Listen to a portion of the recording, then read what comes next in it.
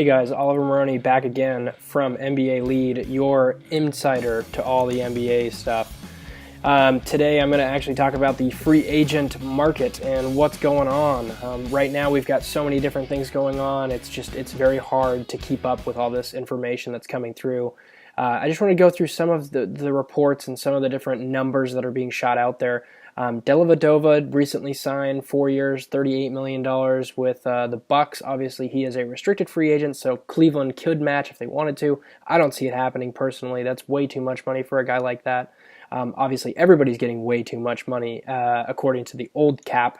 But, you know, players are worth what they're worth, and this is just basic economics. I mean, you know, the cap goes up and players get paid more, as well as GMs and owners, etc.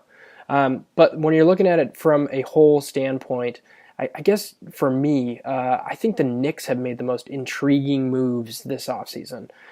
They brought in Joakim Noah, an injury-prone center who could be a very, very good center in this league continually. It just really depends on whether or not he can stay healthy. Paying him almost $18 million a year, I believe, over 4 years, which is quite a few years. Noah seems like he's been in the league forever. Believe he's just in his low 30s there as far as age goes.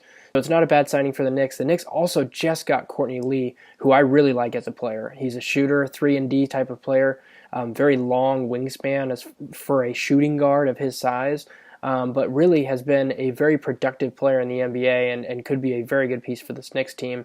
Derrick Rose obviously coming over from the trade. There's a lot of stuff going on in New York, and I just think that New York will probably have a more entertaining team. Now, it may not be the most winning team in NBA history, definitely won't be, but expect them to be in the playoffs this season. I would expect them to be 5, 6, 7, somewhere in that range at very minimum, based on the squad and the roster they have. Now, looking down the list here, and a couple other shockers for me, Evan Turner goes to the Blazers for $70 to $75 million over 4 years. That's a lot of money to give a guy who's very, very inconsistent, especially on offense, who needs the ball in his hands. I didn't quite get it, but you cannot question Neil Olshey. You just can't.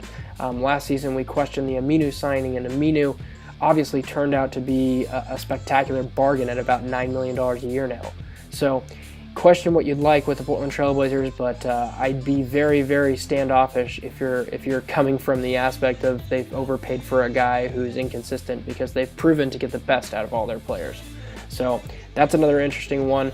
There will be more moves to be made as far as the free agency market goes, especially when this Kevin Durant domino hits. I would expect all the other teams to lash out and get whatever they can for whatever pieces they have available. So stay tuned for more information. NBA Lead, obviously, the best spot for all your NBA stuff as far as news, information, and analysis, etc.